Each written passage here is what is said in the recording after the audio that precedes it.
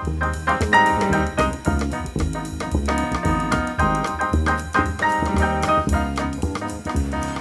morning, everybody.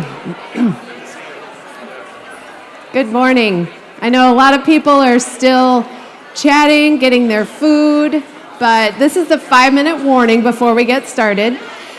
And if you are already seated, I'd love for you to take out your phones and do our first practice poll question.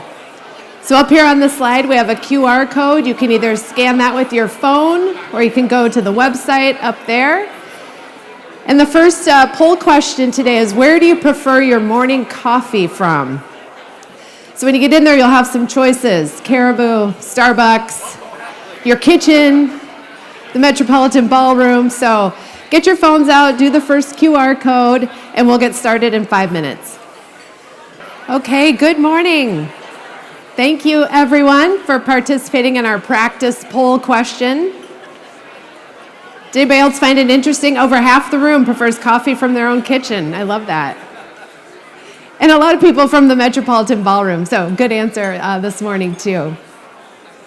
Okay, we're going to move into our first poll question, and that is, how many teams are you on within your organization? So if you haven't had a chance, scan the code, go to the website, and while you're filling out that, we're going to see a message from our presenting sponsor, Old National Bank. How's the succession plan going? Smooth, thanks to you. Dad ran a pretty tight ship. And taught us to do the same. Best thing he did was bring Old National on board. I'm just glad I could be there for your dad, and now for you guys. There is so much I want to ask him right now, but I know that's not possible. He's playing 18 today. Yeah, he's teeing off right now, actually. Boom. Old National Wealth Management, where relationships and results matter. Old National. Get old. All right, and now I would like to introduce Shadi Alamar, CEO of Wealth Management for Old National Bank.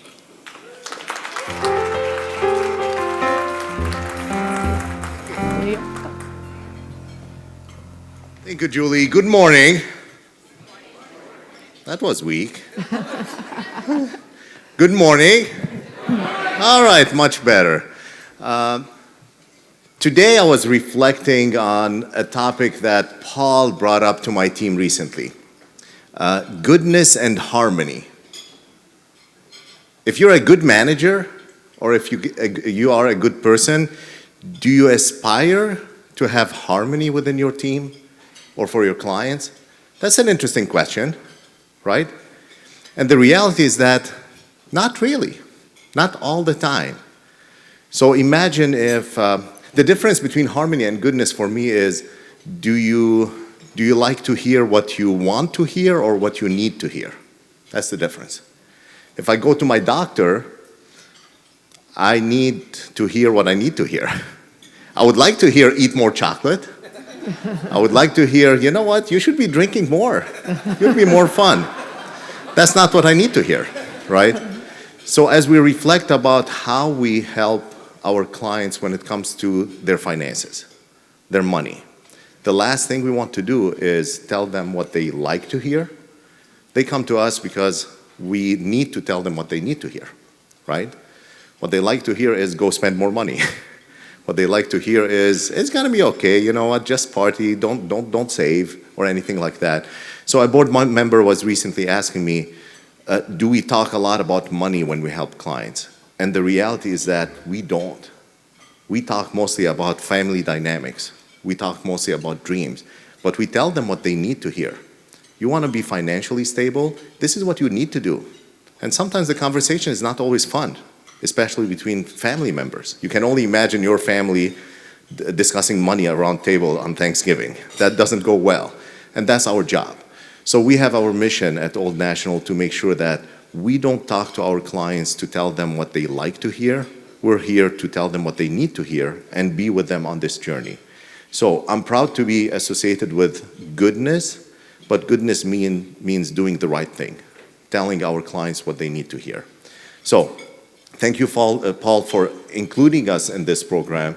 I've known Paul now for over 20 years. We've been involved in this breakfast since its beginning, and I'm proud to say that goodness in business is paying off. Thank you.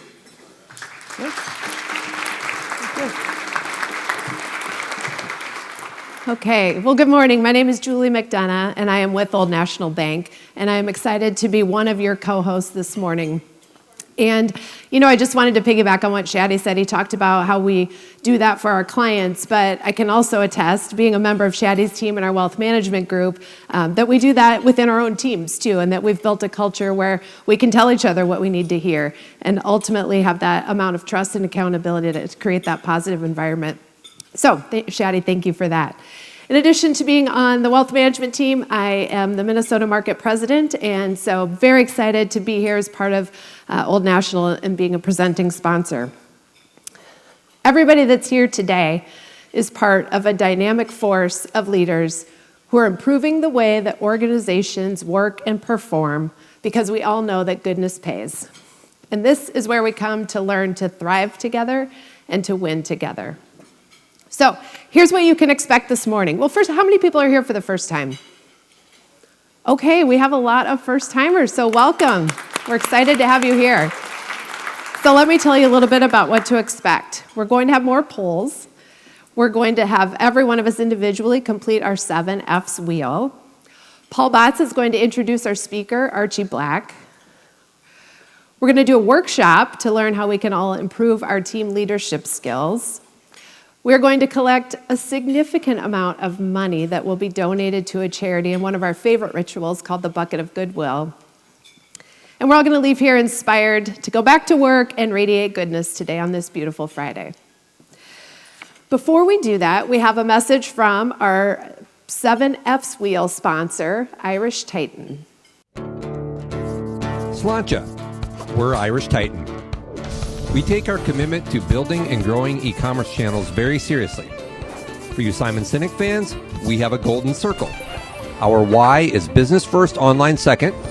Our how is partnerships, not transactions. And our what is building and growing e-commerce channels. Irish Titan has 3 uniques. So if nothing else, please remember these 3 things. First is business first, online second. Second is our Titan only model. And third is our high-touch, deep expertise, full-service experience. Business first, online second. That's our why, and it means that it's not about bits and bytes or pixels or keywords. It's about how e-commerce amplifies your business strategies. Our Titan only model means that 100% of our work is done by our employees, who we refer to as our Titans. No contractors, freelancers, or offshore resources. And lastly, Irish Titan's high-touch, deep expertise, full-service approach has been offering a white glove, green glove, experience in building and growing e-commerce channels since 2004. Thanks again. Sláinte.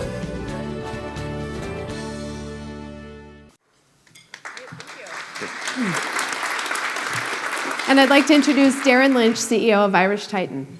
Thank you, Julie. Thank you, Paul, Kevin, good leadership team. It's great to see so many friendly and familiar faces, which I'll circle back to. I'm Darren Lynch, founder and CEO of Irish Titan, longtime good leadership sponsor and supporter and participant. I think I was at the very first breakfast and almost every one of them since then. And in fact, this just occurred to me, the whiteboard video that we just displayed was actually inspired by a whiteboard video that Paul did at a breakfast one time. I'm like, I love that. So I stole it. So thank you for that. That's extemporaneous. I didn't even think I'd be talking about that. The video does a good job of describing who Irish Titan is, so I'm not going to repeat that. I'm not going to chew my cabbage twice, as my dad said growing up. But even though we take our craft very seriously at Irish Titan, we do lean in on the shenanigans. Irish Titan, not Amish Titan. So everything green's a write-off. We're closed only 2 days a year, St. Patrick's Day and the day after. So if you work with us, expect to have some fun. I was thinking on the way here of my talk track for this morning. How's that for preparation on the drive here? And, I was really aiming to try to convey why Irish Titan is all in, kilt in with good leadership in the team. And a couple things came to mind, but neither of them felt like they truly conveyed what I was aiming for. First thing that came to mind is the immediacy that good leadership has on us, the impact they have. I'm sure I'm not alone in this, but nearly every breakfast I'm sitting there taking notes, taking a picture, sending it to my team during the breakfast or taking it back for our next management meeting. And so there's immediate impact. But that didn't feel quite deep enough. Another thing is that I look forward to all the friendly and familiar faces, which I mentioned when I started to talk, and I'm sure that that's what brings many of us back. But again, neither of those were really as deep as I was looking for. They sort of scratched the surface. Then I thought about a saying that I heard a long time ago that I believe very deeply in, and I felt like that's it. If you want to go fast, go alone. If you want to go far, go together. And I feel like that's what good leadership has done for probably not Irish Titan, but all of us. It's helped us all go far and go together. So cheers, Sláinte. Thank you to Paul and the good leadership team. Sláinte to everyone here. Happy Thanksgiving, happy holidays early. Let's enjoy a great breakfast and great speaker.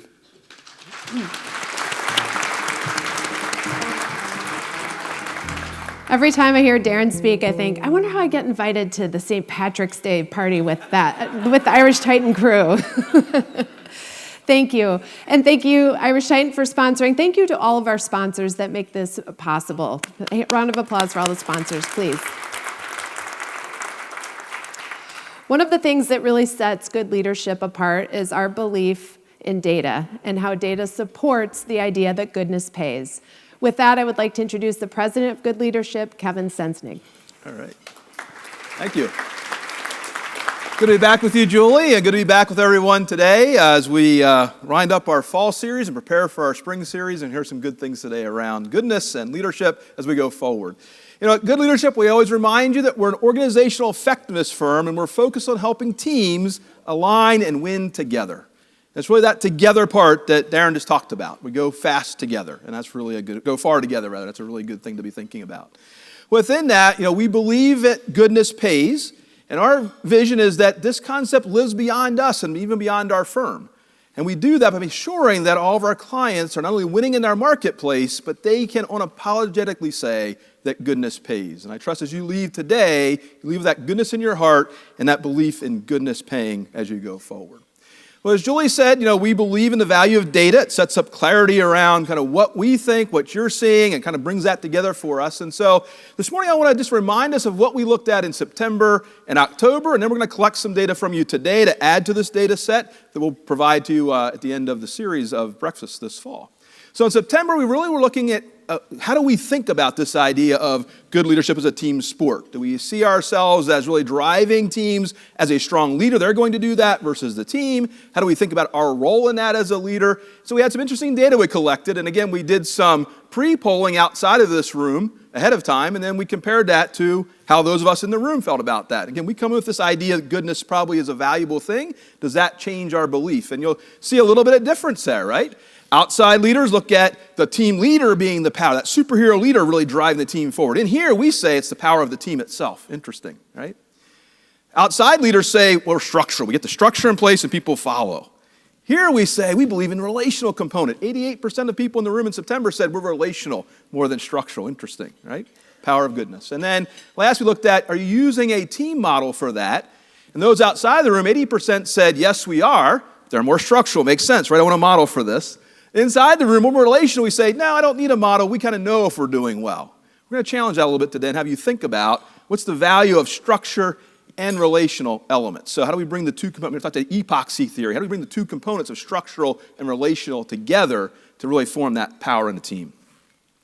In October, we took that a little bit further. How does that play out in our team environment? What's driving success in the team? What's begin to help us perform at a high level and creating that sense of healthy tension? And what you shared with us is it's different. Those outside the room say it's about the knowledge and skill and ability of the individual. In the room, we said, no, it's about the collaboration of the team. Power of goodness, right? What brings out high performance? Some said, we don't have high performance, we don't know what we're doing, we can't support each other. And here we said, no, it's if I don't know how I fit onto the team. So again, that clarity of roles and responsibilities is critical to those of us in the room. And then lastly, we asked about that healthy tension part.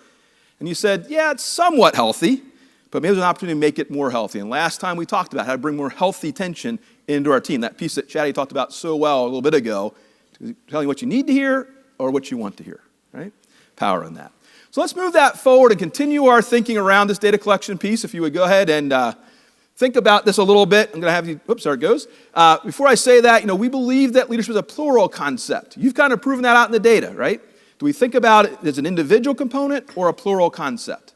We believe in the team environment to plural concept, and so that plays out in the data you shared with us. So if you please pull out your phone again, click on the QR code and respond to the following question. How many teams are you currently on in your job? Some of you may have did this earlier. If you've done it, fine. If not, chance to catch up. We'll play a little bit of data collection music while the last people finish up on that, and then we'll go into it. So Benny, please.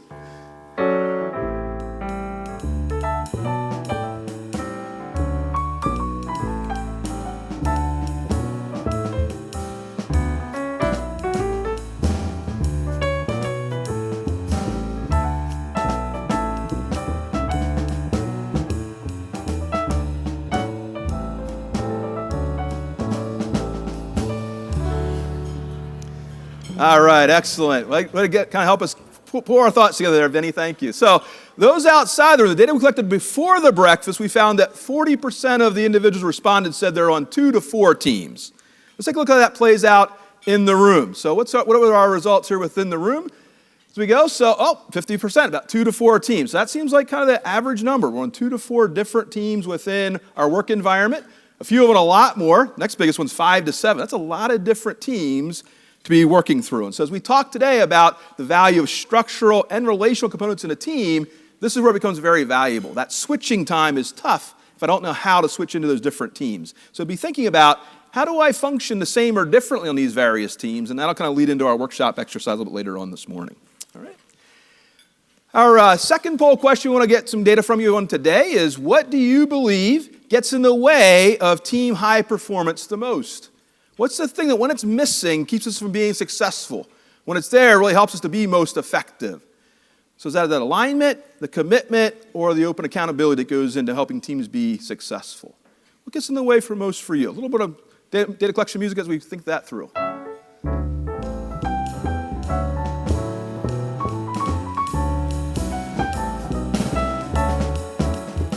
All right, excellent. Well, good to gather all that information. When we asked people outside of the room what's in the way the most, over 40% said commitment seems to be the thing that's missing. And I would probably echo that. And clients we work with, we often hear them say, well, we're not aligned on this. And you have to really challenge that. Is you're not aligned, or you're not committed to following through on what you align to. Often we've aligned around something without the commitment, it doesn't move forward. And we keep going back to, we should align around this. Well, that may not be the problem. It might really be that commitment element. So let's compare that to what we found in the room. And here we said alignment is one of our biggest challenges. Interesting. So we think about that relational component of those in the room we talked about in September. The fact that we like that connectivity of the team coming together. Sometimes we're building a team environment that's more relational oriented. It's more difficult to get that alignment. Today, again, we want to think about how do we use the structural and relational to build alignment, commitment, and that open accountability as we go forward. So good to have that perspective as we move forward. So that'll kind of move us through our thinking for data collection now. I'll come back a little bit, collect one more piece of data from you we'll use later on today, and kind of link that back into our breakfast. Before I leave the stage, though, again, we've written the book, How Goodness Pays, after several years of research. We put together a perspective on how we view goodness in organizations, how we view goodness in leadership, and this book does a great job of outlining that and helping you get started. For those in the room for the first time, or those may have been here before, if you do not have a copy of this book and would like one, please send us an email at info@goodleadership.com. Just give us your name, your mailing address, say I'd like a copy of the How Goodness Pays book, and we will see that you get one. All right? So please, if you'd like to do that today, please feel free to hit us at info@goodleadership, and we'll send you a copy. All right? So with that, I'm going to bring things back to Julie. She's going to take us forward in our next exercise of element of good leadership breakfast, and we'll be back in a moment. See you. Great. Thanks, Kevin. Okay, I mentioned this earlier. This is our bucket of goodwill. For those of you that have been here before, you know exactly what it is, and I see you already reaching for your wallets and purses. For those of you that haven't been here before, at your local hardware store, this is called the Handy Paint Pail, Mark Bergman's invention. But here at the Good Leadership Breakfast, we use this as an opportunity to practice our generosity and practice our aspirational thinking skills. Here's why. We're going to ask you to reach into your purses or wallets. You can throw in some cash. You can write a check. We take IOUs, I believe, right, Paul? We've got a system for that. There's also a QR code if you want to do it electronically. But here's the fun part. Put your business card in, too, because at the end of the breakfast, we will collect the money. Mark Bergman will generously match the amount that's been donated, and we're going to draw a card and have somebody in this room come up and donate all that money to the nonprofit of their choice. So you can also be thinking about who that might be and what you're going to say when you come up here on stage. I'll give you 2 minutes to do that, and then we'll carry on. Okay, thank you for that. Over the course of the Good Leadership Breakfast, we have collected over $422,000 in donations that have gone to over 100 different organizations. Okay, and now it's time for me to introduce the creator of the Good Leadership Breakfast. He is an informed optimist. He's a contrarian who pushes back against the bad news bias in the media. And he's a thought leader on organizational effectiveness. Please join me in welcoming to the stage the CEO and founder of Good Leadership Enterprises and a role model for how goodness pays, Paul Botts. Thank you, Julie. Thank you. Thank you so much. Thank you. Thank you. I'm going to introduce you to Archie Black here in a few minutes, and we were talking about how did this whole thing get started, and that is a beautiful bridge to how I intend to open today. So those of you who were here a year ago, today is November 17. November 18 last year, we did the 100th episode of the Good Leadership Breakfast here in this room. It was a hell of a party for 7 in the morning. And there were several things that made it memorable. All of the people who were here was certainly one of those things. But also, we have had, by the time we'd done 100 breakfasts, we had 89 different speakers. The format changed a little through the years, so that's how the math works.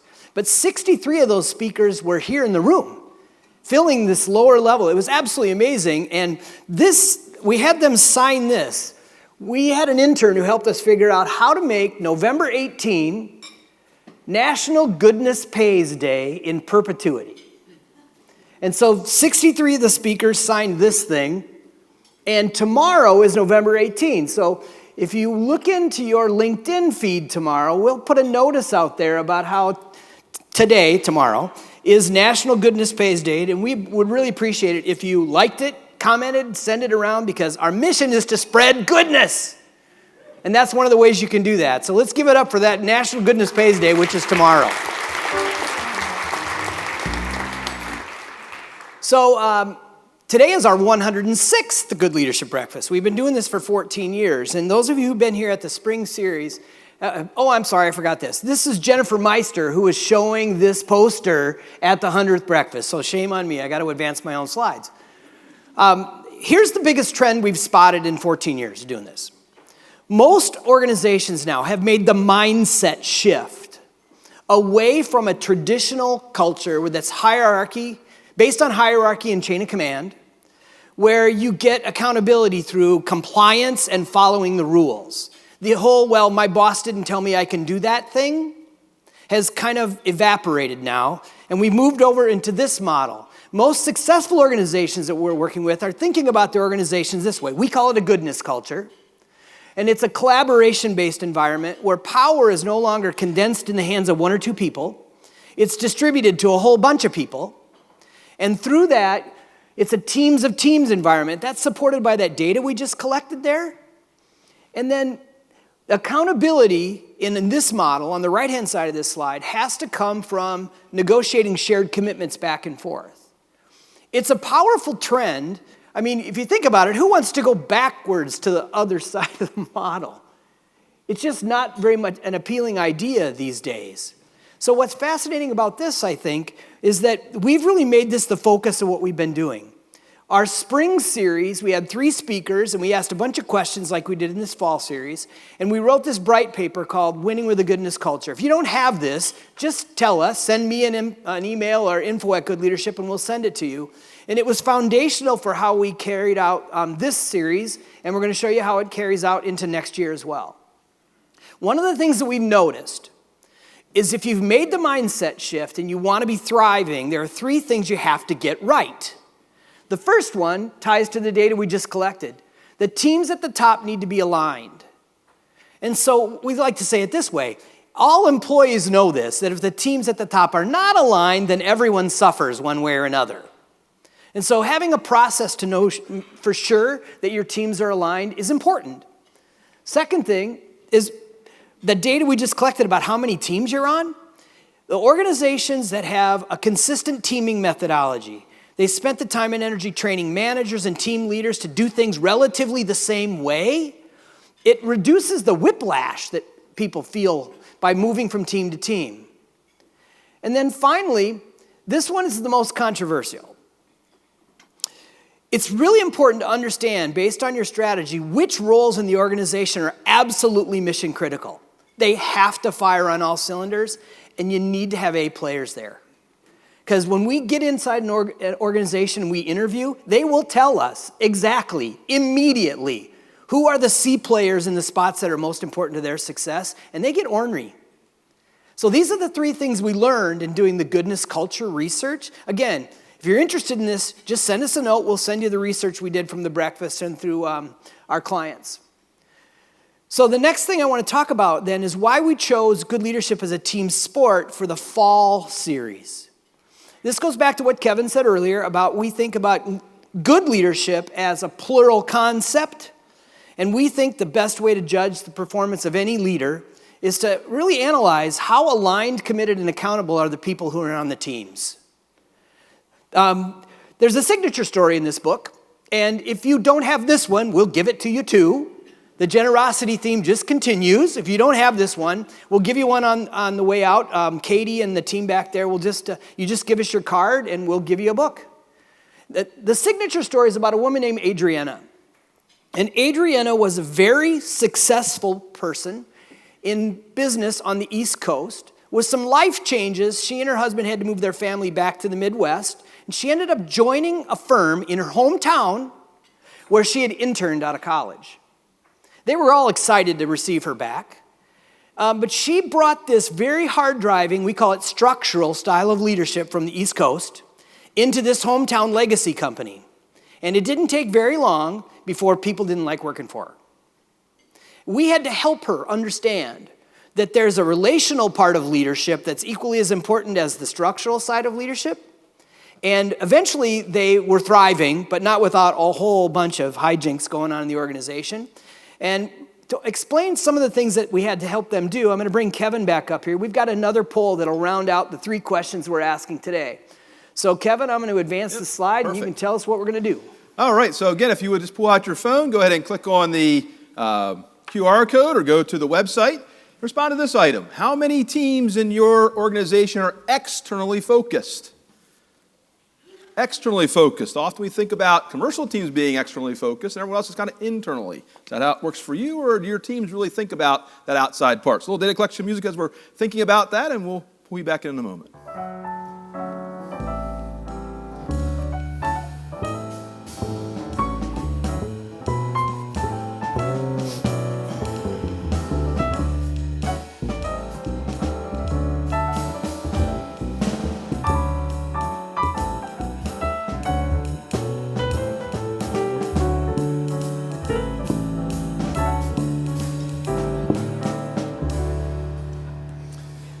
All right. Well, again, we did some data collection prior to coming in. And so prior to coming into the breakfast, we asked some folks the same question. About 50%, 48% said very few or a very small percentage. Let's see if that's the same for us here or if we see our teams differently. So data collected inside the room. Most of our teams, or about half, we say, are externally focused. So a real difference in how we think about that from a goodness mindset, how other leaders might be thinking about that. So reflect on as you go back to your organization today. Are your organization team members and leaders thinking about teams being externally focused, or are they internally focused and creating some challenge there? So, Paul. Yeah, I love the contrast between people who are not familiar with good leadership and goodness concepts. It tells us a story every single time. And I really love the fact that you've created a genre called data collection music. Yeah, that's hysterical. I keep thinking, could I put that in Spotify? What would it give me, right? So here, as part of the signature story, I want to call your attention to this. You all have one of these. It's called the 7F's wheel. You saw it when we introduced Darren Lynch. This is something that's been alive in the good leadership circle since day one. And what's interesting about this particular technique is it can be used in a number of ways. If you decide that you'd like to do a 7F's wheel exercise with your family at Thanksgiving, we'll send you the PDF. Because people have done this a number of times. And what's interesting about this is when we think about it individually, this can seem like a fun exercise, kind of like frosting. But when we use this in the context of a structural leader like Adriana, this is cake. So one of the ways we got her to think about her leadership differently was this exercise. I'm going to explain it. The 7 F's in alphabetical order are faith, family, finances, fitness, friends, fun, and future. We list them alphabetically because any other way would be political. So it begins with faith, it ends with future, and right there in the middle is that fitness thing. I'm going to ask you to do a stream of consciousness, immediate reaction to this exercise. There are pens at your table, so I know you have the tools you need. So even if you've done this 50 times, please do it again. So I'm going to ask you, how satisfied are you with your spiritual life? You can see there's a spoke for every wheel. 1 means it couldn't be any worse right now. 10 means it couldn't be any better. So please, just circle one of those numbers, 1 through 10 on faith. The next one is family. How satisfied are you with your loved ones who share a common sense of home? You might be thinking about Thanksgiving coming up. You could, fill that one in. Circle one of those numbers, please.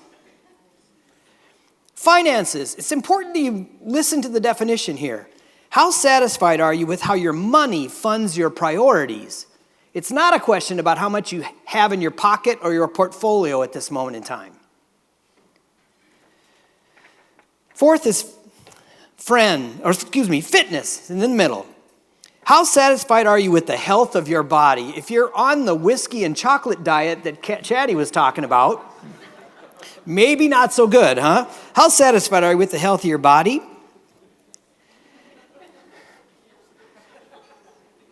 Friends. How satisfied are you with the people who share your joys and disappointments? There's a lot of friendships in this room. Fun. How satisfied are you with the part of your life that's playful and joyful? And then finally, future. How satisfied are you with the hope that you have for yourself and others? If you did that exercise, congratulations and thank you. Now, the best way to complete it is to do the kindergarten exercise and connect the dots that you circled. And as you do that, you're creating a shape. We like to think this is a pathway to a well-rounded life. We also know that the wheel is the symbol of momentum in physics. So the question here, when you look at your 7S wheel, is will your 7S wheel roll? What I'd love for you to do right now, I hope you did this exercise, because if you didn't, this might be kind of tough. But I want you to turn right to the person next to you. I'm going to give you 90 seconds. Just make a comment about your 7S wheel to the person next to you. Ready, set, go.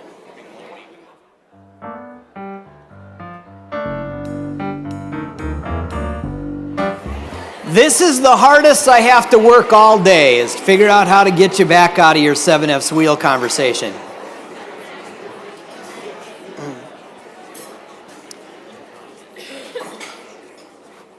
What our leader in the signature story in the book, Adriana, what she learned was that she found the process to be beautiful. She literally wrote on the top of her yellow pad, "This is beautiful," and this is how she got there. Once this team had a retreat that lasted from noon on one day till noon on the other, all they did was invest in one another's lives, to think about when we turn this thing around, 3 years from now, 7 years from now, how are your lives going to be different? They started with the 7F's wheel. They worked on all sorts of powerful conversations about how they could get into the 9 or 10 zone on their 7F's wheel. And then at our recommendation the next day, she let the team talk by themselves for about 90 minutes. And the conversation was going to be, how do we drive the harmony out of this team? They were set up to kind of keep everybody happy. And as a result, they were missing what was going on in their market and in their own organization. And the team came up with their own observation that the tension inside their team was all internal turf battles. They'd lost sight of what was going on with their best customers. So they were talking about, why can't we do things like 7F's wheel with our best customers? Let's invest in their lives. And they came to the conclusion that if our customers are succeeding, we will succeed too. And then she was able to dive in there with her natural instincts about how to do planning and organizing and operational things to really turn up the excellence in the organization. But they didn't want any part of it until she invested in them with the 7F's wheel. It's not frosting, it's cake. So as we move forward, I'm going to introduce you to somebody who really understands this concept exceptionally well. Our speaker today is Archie Black. To understand Archie professionally is to understand that he recently retired, and I met him about 5 years ago, and he said, yeah, I'll talk at your breakfast, but not until I retire. So I remembered, so thank you for saying yes.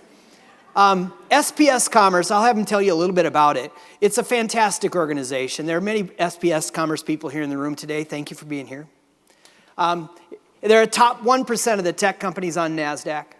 And this next thing is absolutely extraordinary. When we start talking about accountability, they have an incredible track record, 93 quarters in a row of hitting their sales goals. This is a publicly traded company that knows how to hit that top line number in ways that every single other client we have at Good Leadership would just love to have. Probably most important, he grew up as a multi-sport athlete. He is an athlete.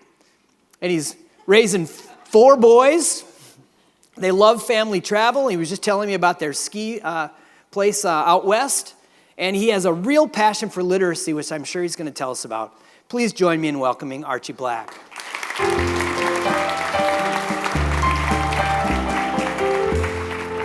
Thanks for being here. Yeah, you'll go to the side over here. Boy, the athlete part is a little bit of an exaggeration. But I'll take it. You still look good to me there, for sure. So when you hear the words good leadership is a team sport, what comes to mind? Well, for the team sport part, a lot comes to mind about what it is and what it isn't. So if you think about our business really is a team sport in the fact that the way we're structured, at least, makes it a team sport. For sales organization, the majority of their sales is actually from the customer base. So if they don't have a really strong customer success organization, there's no way they're going to make their numbers. The customer success organization is reliant on technology, right? Customers call because technology doesn't work. And I can go around and around about how we really have to be a team sport, but there's a lot to making it work. So what it isn't, and I think what a lot of people think it is people getting along, right? And you kind of mentioned that. Harmony piece. I'm harmony, and I can remember a few years back, I actually brought 2 executives into my office, and they were really close. The 2 of them got along really well. They had beers all the time, and they went to lunch all the time, and they got along really well. And I said, you 2 have the worst working relationship of any 2 executives I've ever met. And they were astounded. Really, they were really astounded. And the reason is they weren't holding each other accountable. So it's great that you get along, but if it's not used for something, it doesn't really matter. And then, there's a couple things that to make it a team sport is really, really important. The players in the team and the culture is really important. So it has to start with the ELT, the executive leadership team. When you're in an executive leadership team, are you there as the head of technology or the head of sales or the head of customer success? Or are you there as a leader of the organization? And if you're there just to get more resources for your team, it's not going to work, right? So you have to have common goals. You have to have people that actually buy into we win if we win. So winning is a culture at SPS Commerce. We talk about winning a lot, and it's not individual winning. So you need the culture and the people to really buy in that they're there to make SPS Commerce win. And then you also need to have a culture that rewards people if SPS Commerce wins, that it follows, right? Their behaviors follow. So I think it starts with culture. People need to be there. They need to be supportive of each other. They need to hold each other accountable. So I think culture's a big part of it. But then the most probably important part of it, where I think a lot of companies get this wrong, is alignment. You have to know what you're trying to do and when you're trying to do it. So we have a value, win today, win tomorrow. So I'll give you an example. Our strategic initiatives are all about win tomorrow. And what happens in an awful lot of companies is the strategic initiatives and what you're trying to accomplish are talked an awful lot at the executive team and then to the board of directors. Well, between those two groups, they do about 1/2 of 1% of the work. Yeah, that's right. If I've offended a lot of people here, that's fine. I'm part of those teams, so I'm offending myself. And then the communication stops Yep. for everybody else. So I think what you need to be able to do is you need to align, and we talk about alignment a lot as a business. People need to be aligned. So last week or the week before, we had our growth summit. We pulled every employee, 2,500 employees together. 1,500 of them flew to Minneapolis to talk about our strategic initiatives about next year. So it's not just the executive team and the board now knows what we're trying to do, but all employees. So I think that alignment of what we're trying to do, and by the way, they're written up so that people can remember a month later why they're doing something and what the goal is. So I think that alignment through the entire organization is extremely important. Otherwise, you have a team sport, but we don't know if we're bowling or we're golfing or what's our sport. Yeah. So that alignment through the whole organization is extremely important. Well, in that you're whole obviously process. passionate about this. You have a deep understanding, a track record that's indisputable. Can you tell us just a little bit about what's the 1-minute story about what SPS Commerce does? Yeah, essentially we're a network business that supports the retail industry. So we have 41,000 suppliers that use us each and every day to either get point of sales data, sales information from one of their retailers, or process orders with one of their retailers, or share product information with one of their retailers. So it really is a network business. We have about 3,000 retailers in our network and then 41,000 retailers. So in our business, it really is our customers. It is about being a team sport as well, because we always sit between two parties. So we are a relational business at the very, very core. It's a network. One of our key assets, and we talk about all the time, is network. Our vision statement is to be the world's retail network. So, and by the way, if employees are told, if you have an idea for me that's not within our vision statement, I have no interest in it. Yeah, I have no interest in it. I have no That's interest the in it. simple 'Cause accountability. We're very focused as an organization. So, how did you learn this philosophy? So, I mean, it's a big question, but I want to say, would you tell us how you grew up and what some of the pivot points were that got you to the CEO chair at SPS Commerce? Yeah. So, grew up not too far from here. Pretty privileged background. Family structure was very strong. Parents were of strong faith, gave back to the community, were very kind to people. So a lot of great things there. I don't know that there's a pivot point. You think about that pivot point. I tell anybody that's new in their career or longer in their career, it's like, look, you got to get some breaks, but you got to be doing a good job when the breaks happen.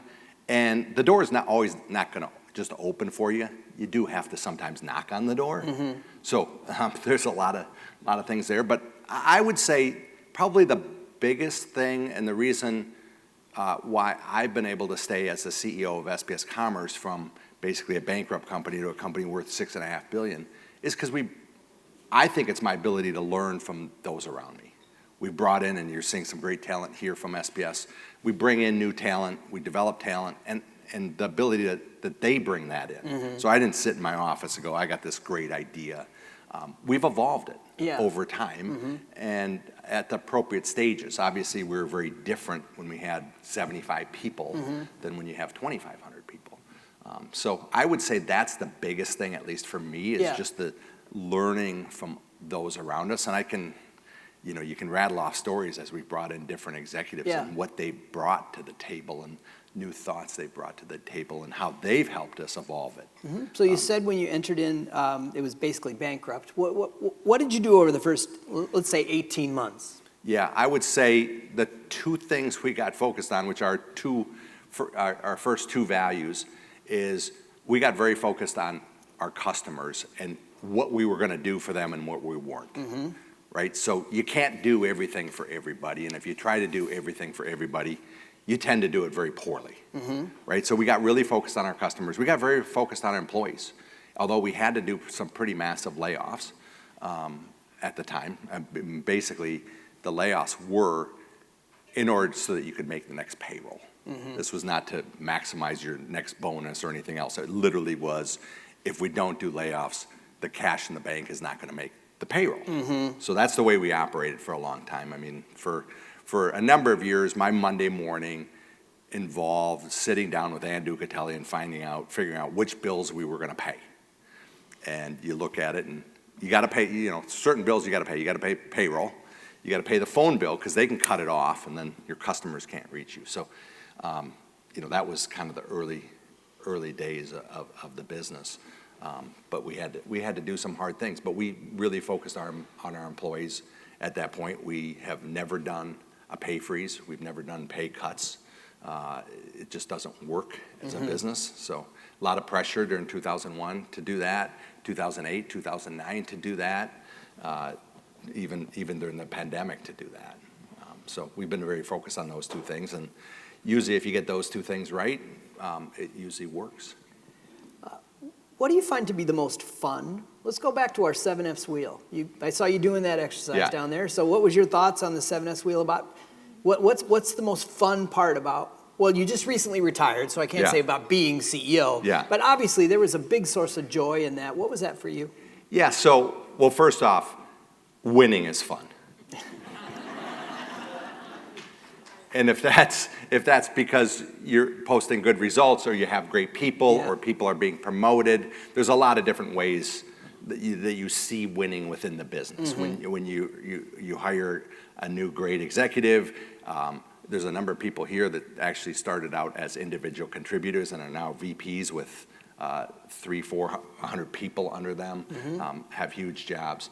Those are all things, but it all kind of comes back to winning. So the participation award for me is not all that fun, but the winning is fun. Yeah. So you can judge that in a lot of different ways. Yeah. But, and obviously the people we have at SPS Commerce are pretty exceptional and get along well, push each other. Yeah. But they push each other, right? I mean, that's the joy, is that you're pushing each other and you're making each other better. Everybody from management team on up, we all have the same incentive plans with bonus and equity. So we're aligned. It's all about winning the Super Bowl, right? I remember Tom Brady a few years back told one of his linemen, it's like, so you're playing to make the Pro Bowl? I'm playing to win the Super Bowl, right? So, and then you got to believe that if you win the Super Bowl, you're going to get a pretty nice free agent contract, right? Yeah, there you go. That's there's got to be the payoff. Yeah, as well. winning begets winning. Yeah, winning begets winning. So it's probably a simple answer in your head, but we're looking at an organization that hit their sales goals for 20-some years, right? Yeah, it's growth. We've grown every quarter. Okay, sorry. Quarter over the quarter. growth. Okay. Yeah. So what do you think is the key to that? If someone's sitting out here saying, "Man, I wish I had that." Well, I think, when we think about our business, first off, are you solving a real problem for your customer? So it has to come back to the customer. Everything has to come back to the customer, what you're trying to do and what you're trying to solve. And then you have to have a really good customer experience, right, that solves a real problem.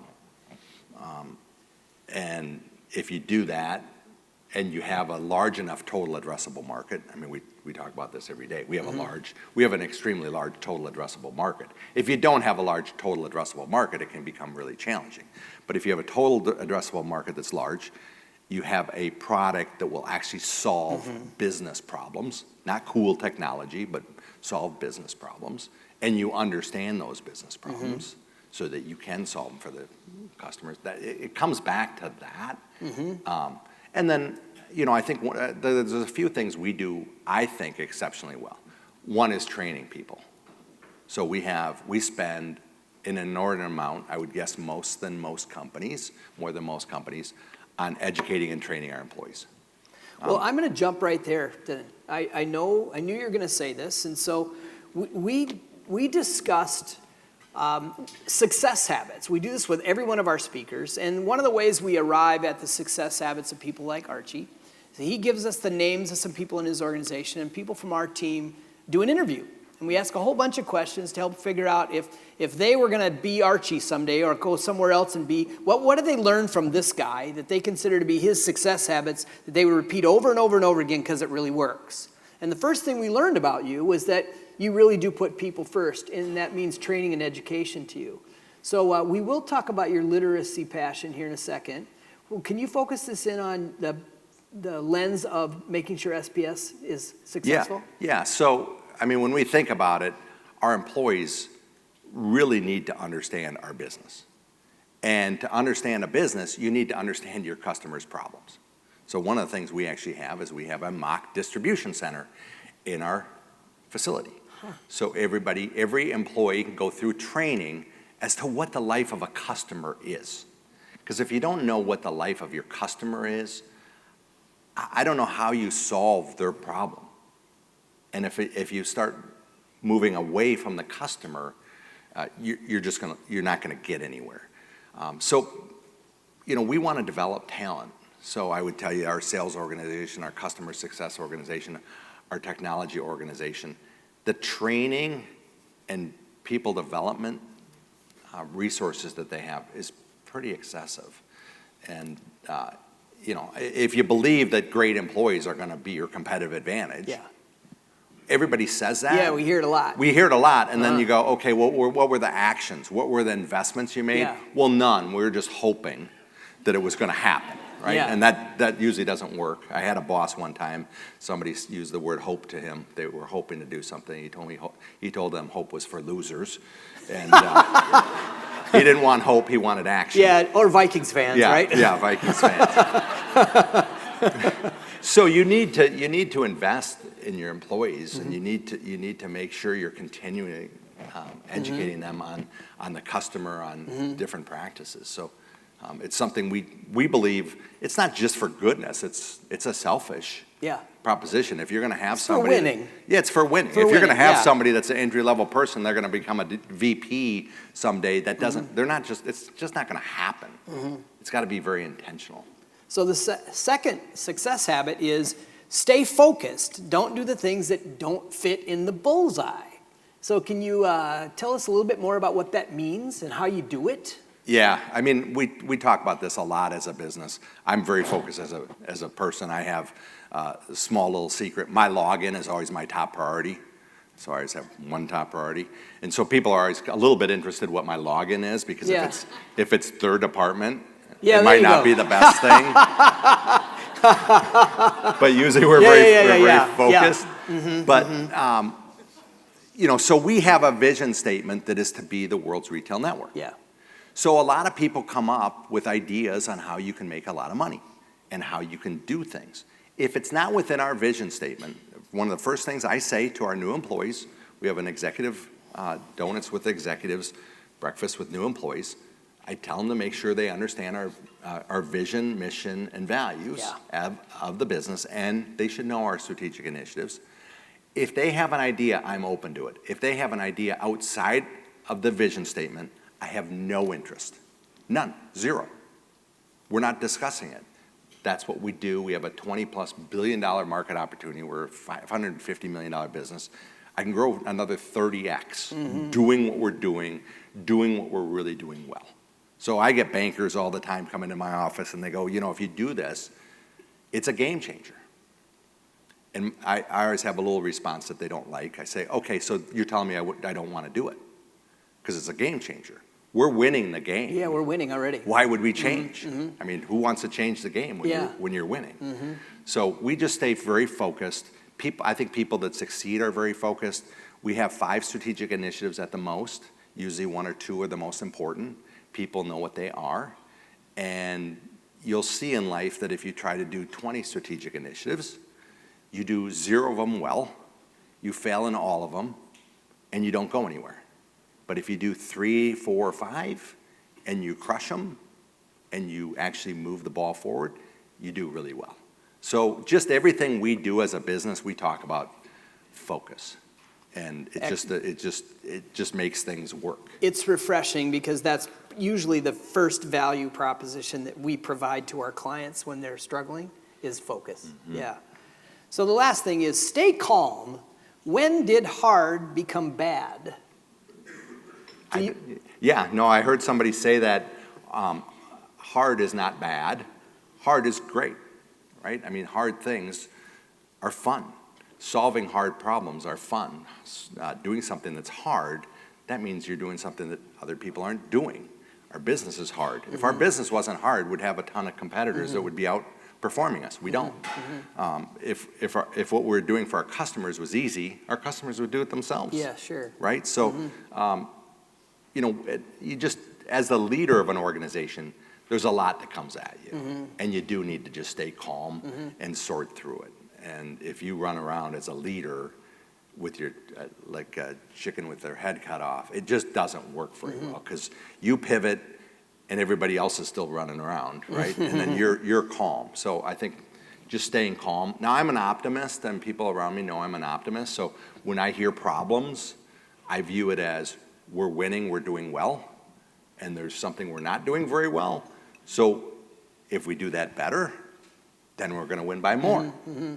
So I do have an optimistic view of life, just because if you didn't have problems, how would you ever get better? That's right. You know, so. Yeah, we often try to get our clients to think about hard as important. Yeah. And if they can make that transition, they always have a whole bunch of different new ideas for how to get through what they're going through now. Right. Yeah. So when you and I, we always do a couple of coaching sessions to make sure that our clients and our speakers know, what they're getting themselves involved with at the Good Leadership Breakfast. And you and I talked about your passion for literacy. Matter of fact, your exact quote, I wrote it down, I looked at it this morning, it says, no matter what you say, I will find a way to talk about literacy, because I always do that every time I talk. So I said, okay, I'm going to give you the time. Tell us about your passion for literacy. So not surprising, I want to be very focused on what we do, right? So education is important, but literacy, and in the state of Minnesota, people are always really proud of how great our education system is. If you desegregate the information, below the poverty line, we are below the national average. Above the poverty line, we're below the national average. We have gone backwards relative to the rest of the nation the last 10 years. 32% of our fourth graders in the state of Minnesota are reading at grade level. 32%. So we think there needs to be a fundamental change in how literacy is taught through the science of reading. And we got the first READ Act passed in the last legislative session. We got of the $30 billion we spent, we got 75 million of it towards something that actually matters. So that's just real passion. And, we need to change that as a state, or we're going to go backwards. Yeah, I remember when you first said this to me, I spent my morning research the next morning researching this topic, and I also found out we're dead last in the 50 states in teaching basic computer skills. 50th out of 50. It's like, here, really? Yeah. So this has to be a topic that gets talked about more. It just does. It is. But if you think about education, it all starts with literacy. Because you first learn to read, and then you read to learn. And you can't do anything else. I mean, it's great to have math, it's great to have everything else, but if you're in fourth grade and you're not reading, it's just, literally some states project their future prison needs based on their literacy results in fourth grade. Well, thank you for sharing that happy news. Yeah. Right? Well, we're on a path. We're on a path forward.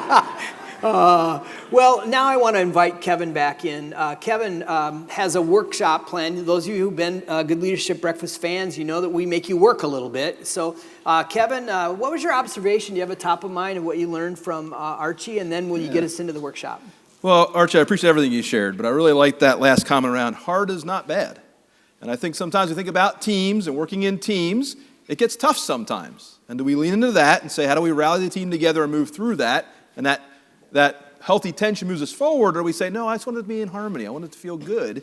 And we lose that hard is not bad concept. So thank you for that. That was very insightful. It actually leads us right into our discussion today, because Archie was sharing how he thinks about his business, right? It's all based on, are we winning? And how do we know if we're winning? And so we know if we're winning when we have data to look at. And so one of the things we're going to encourage you to think about is, what would it look like to use data in beginning to build the team and maintain that team momentum within your team. You'll use data for financial records, for sales goals, for operational activities. But remember what I said from September, most people in this room say I'm relational in how I work with my team. And so then the tendency was when we said, do you use a team model in October, most of us said, no, we don't. So how do we begin to have data and a perspective of driving us forward if we are just feeling our way through that, just using our gut feel to know about our team? And so what we're going to encourage you to think about today is, how can we use data in this process? And what you see on the screen right now is a dashboard that's created from the work we do in our Team Momentum survey that allows a team to lead into this and say, here's what we're doing well, here's what we're not doing so well, and what can we commit to one another to do better to be stronger. So if you would pull out your Team Momentum worksheet portion of your handout, I'm going to give you just in a moment, I'm going to ask you to do two things. One, spend the first few minutes completing the items on the inside of that document. These are the 24 items that go into our Team Momentum survey. So you get to experience that and think, how do I view those in my team? Then I'm going to ask you in a few minutes after that to talk about this at your table and discuss two questions. And those questions will be, which area, when improved, will make the biggest impact on our team success? And in what ways will having a common team model be relevant to helping us to perform better in our team and organization? I'm going to draw your attention to one thing as you think about it. We talked about this idea of structural and relational elements within the model. There's 4 areas that have a gray bar at the top. You see those right in here. Those are the structural elements of the team. There's 2 that have the orange bar on them. Those are the relational elements of the team. So when you're talking about these questions, think about, do we need to be more structural or more relational in our work together? So what I'm going to do is, in a moment I'm going to ask Benny and the band to start playing some good thinking music, give you about 2 or 3 minutes to work through your exercise, your Team Momentum survey items, and then he's going to pick up that tempo. That's your discussion music, so move over discussing these 2 questions at the table. So Benny, please, if you can start us off, we'll go from there. All right.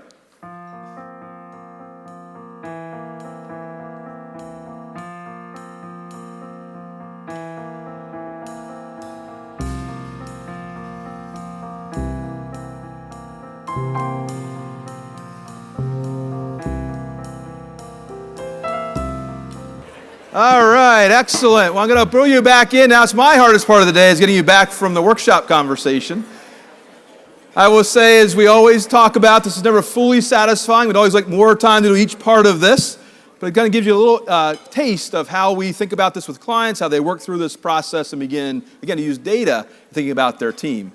Questions you thought about your discussion items. How many of you in here identified your top area that went to improve to help your team to succeed as one of the 4 structural items? How about the relational items? A couple relational ones. Okay, as I walked around, I heard more structural items, which was interesting because we said more relational by nature. So it makes sense that we'd want a little more structural aspect to begin to drive our team forward as we go along. And so, what are we thinking about? How can we use those data? Think about helping the team rally around solving those difficult challenges rather than a superhero leader having to come in and solve all that for the team. And we heard that we like that as a group within the room. So with that, I'm going to turn things back over to Paul. Invite Julie back onto the stage as well. I'll do a couple of things to wrap up and then a couple of things that end the day. So Paul, please. Yeah, so Archie, we did a 7F's wheel. Can you tell us a little bit about how you thought about the 7S wheel when you did your own evaluation of your life right now? Yeah, one of the things I was thinking about in all of them is how they go up and down year to year, month to month, and how do you keep that consistency? Yep. And where you are in that rhythm. So that was the biggest thing. It's like, why is that so good right now? Why is that not so good right now? And I think now that I got more time retired, I think I'm going to leave this meeting and probably have to go hit the gym. Yeah. There are some undeniable themes when we discuss 7Fs, and there are very few people who jump up and down and say, I have a 10 on fitness. Yeah. Very, very few who do that.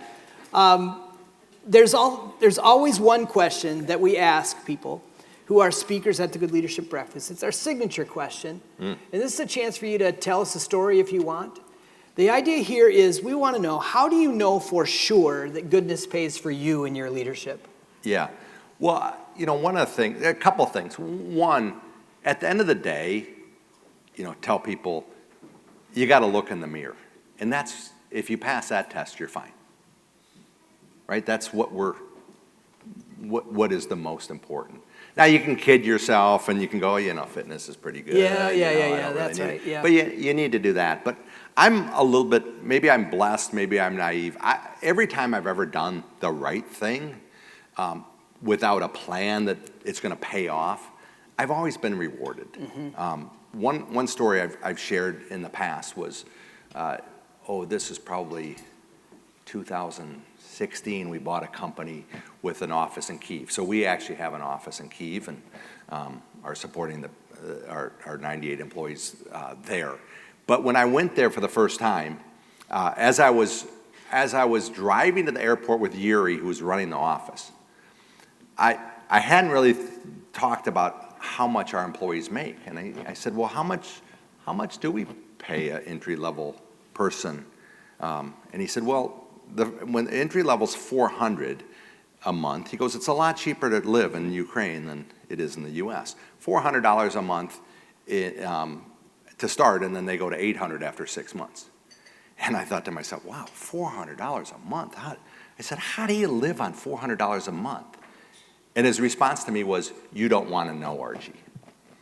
And so my mind immediately, I'm a visual person, my mind immediately pictured this guy living under a bridge and it's raining and he's in a box.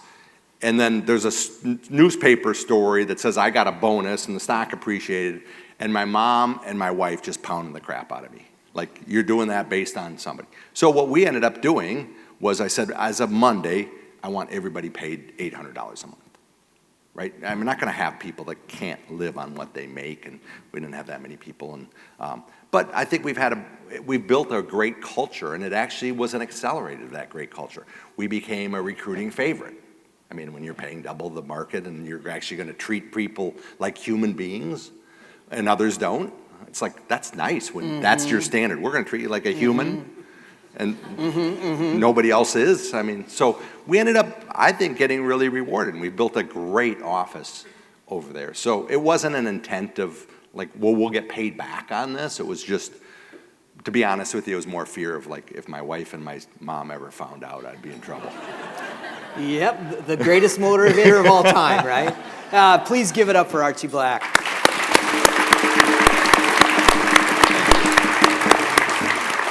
Well, now we get to welcome Julie to the stage, and we can find out how much money we've raised for some charity. And then go ahead, Julie. Okay. Well, thank you, Archie. I really especially appreciate your comments on alignment and how we can never be too intentional about making sure everybody knows the strategy and repeating it and putting it in writing and constantly enforcing that. So thank you for that and everything you shared. Okay, I'm excited to share. Before that, yes.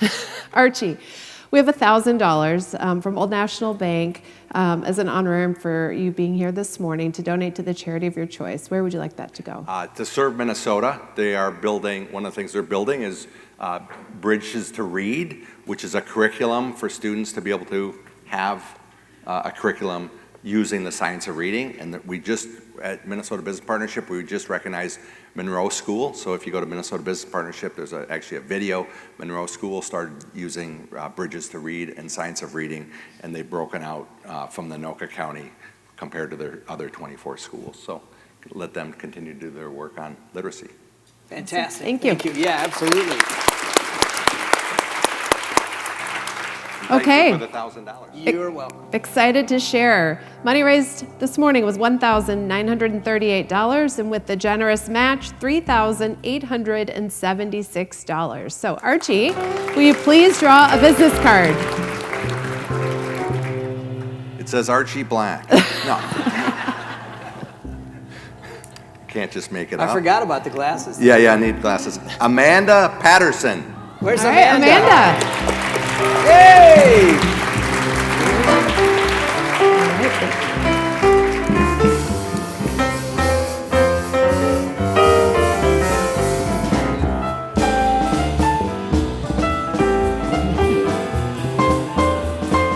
Hi, welcome. You can step up to the mic here. So tell us your name, where you work. My name is Amanda Patterson. I work for Health Source Solutions. We are a worksite well-being company. What's funny is I just turned to a coworker of mine and said, write down who you'd give it to if your name gets drawn. That's her first time here today. So But I'm going to donate to Hope for Youth. They're out of Anoka County, and they help all of the homeless youth by providing food and shelter and clothing. So I'd like it to go there. Awesome. Thank you. Thank you. All right. Good morning. Hey, can you stay right here?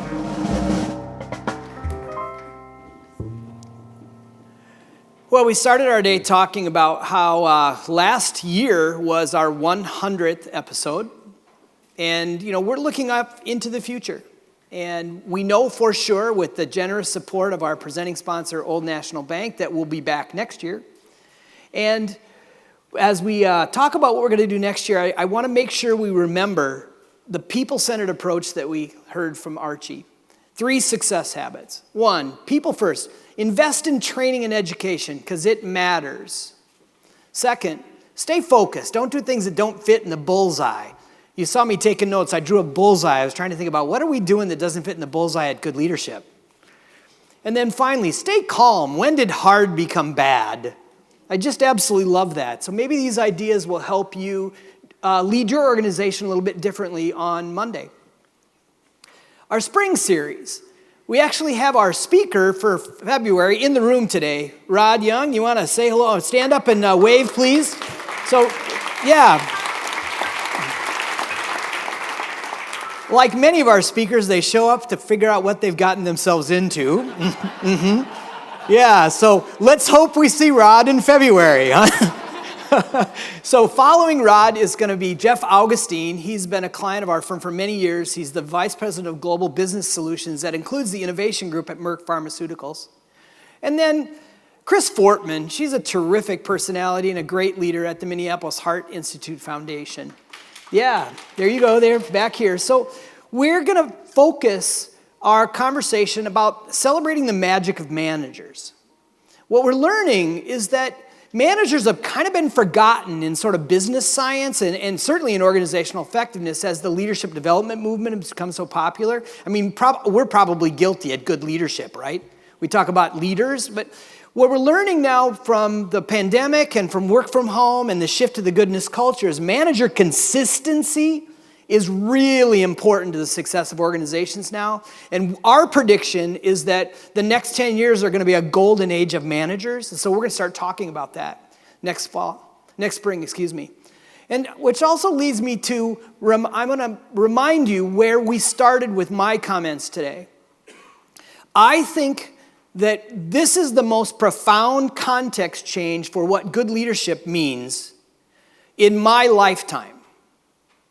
We never run into organizations anymore who really keep going back, well, just stay in your lane, do your job, do what your boss tells you. And we've learned that there are lots of things that this mind shift has created freedom and engagement and happiness, and a lot of it's been driven by the ability to work from home if you're sort of in management roles. But it's also created a lot of confusion about the science of accountability. The one thing that all of our clients are wrestling with is how do we create a healthy spirit of accountability when people are on so many teams and they're all over the place and we don't just really know what the connections are. And so we're going to do something about that. We're launching an accountability research project in March of next year, and we'll conclude by October, and the findings that we create are going to be happening, we're going to reveal them in this room in November of next year. We'll do a 6-hour conference. Probably be a happy hour sponsored by Irish Titan. Probably true. Yeah, probably true. Yep. And what's interesting about this is that when I heard a story from one of our clients about 6 months ago, and this is generally how the conversation went. We were doing some planning, and we were talking about what does the next generation of leaders look like, and they were really confused because they're struggling between the old model, the old way, and the new way.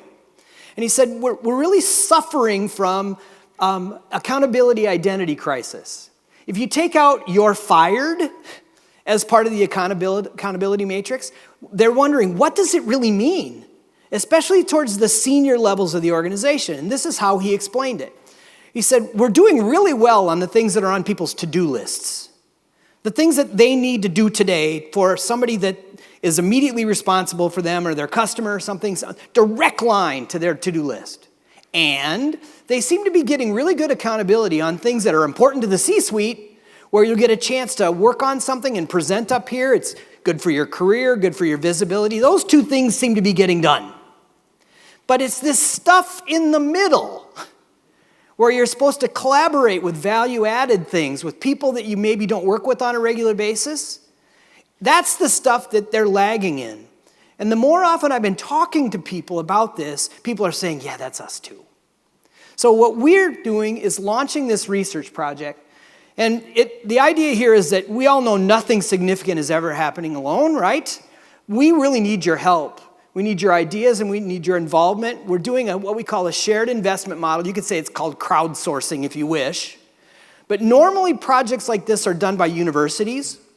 We had a really smart intern. We have an intern in our firm named Joe. He's super smart, loves research. And he went out and researched this subject of accountability and shared in highly collaborative cultures. And believe it or not, no one has done this study. Matter of fact, the last quotable study on accountability in organizations is 30 years ago. So we don't have the hundreds of thousands that it'll take to do this research right. And we don't really want to go to a university because it'll take 3 or 5 years. So what we're going to do is we're asking for your help. We would love for you to be a part of this. There are many different ways your organizations could be a part of it. We need funding. There's a lot of different ways we can do this. We need people who are willing to be on a steering team to make sure that the research is going in the right direction and ends up as a pragmatic solution. And we also need access to your organizations. We need to be able to interview people. We need to collect some data.